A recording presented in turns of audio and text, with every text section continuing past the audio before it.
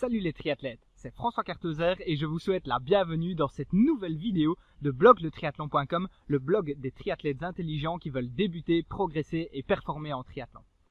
Alors dans la vidéo précédente, nous avons vu ensemble tout ce qu'il fallait savoir de manière simplifiée sur la fréquence cardiaque, c'est-à-dire qu'est-ce que la fréquence cardiaque, à quoi elle vous sert en triathlon, comment la mesurer, et puis ensuite je vous ai donné quelques normes qu'il était bon de connaître.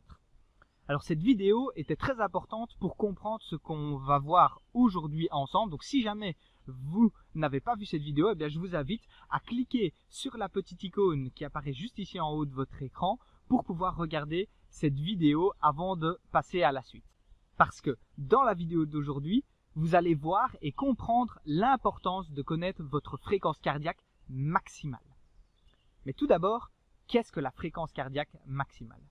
Alors la fréquence cardiaque maximale, que vous allez souvent rencontrer sous la forme FCM ou FC max pour l'abréviation, est en fait votre fréquence la plus élevée que votre cœur peut atteindre durant un effort physique.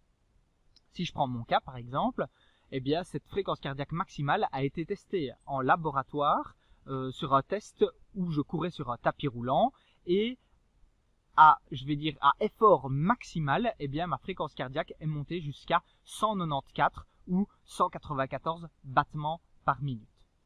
Alors maintenant que vous savez ce qu'est la fréquence cardiaque maximale, eh bien je vais vous expliquer à quoi elle va vous servir en triathlon.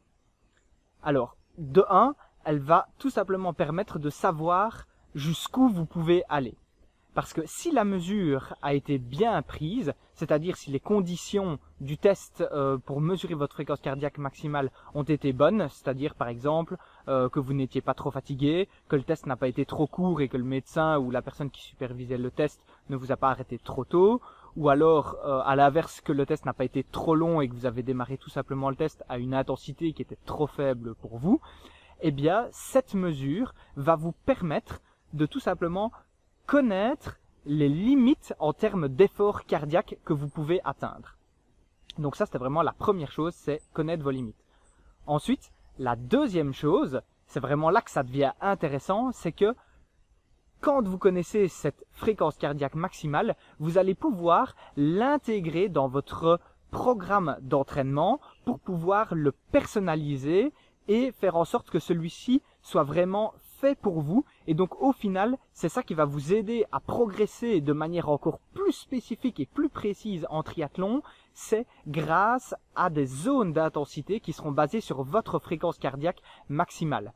Dans un plan d'entraînement, c'est super important qu'il soit personnalisé. Au plus il va être personnalisé, au mieux vous allez pouvoir progresser en triathlon, au mieux vous allez pouvoir analyser vos résultats et au mieux vous allez pouvoir adapter ce qui ne convient pas ou au contraire garder ce qui vous convient très bien pour ainsi de suite répéter ce qui fonctionne bien et progresser dans ce sens-là et changer ce qui ne fonctionne pas. Et au final, c'est ça qui va vous faire performer sur le long terme en triathlon.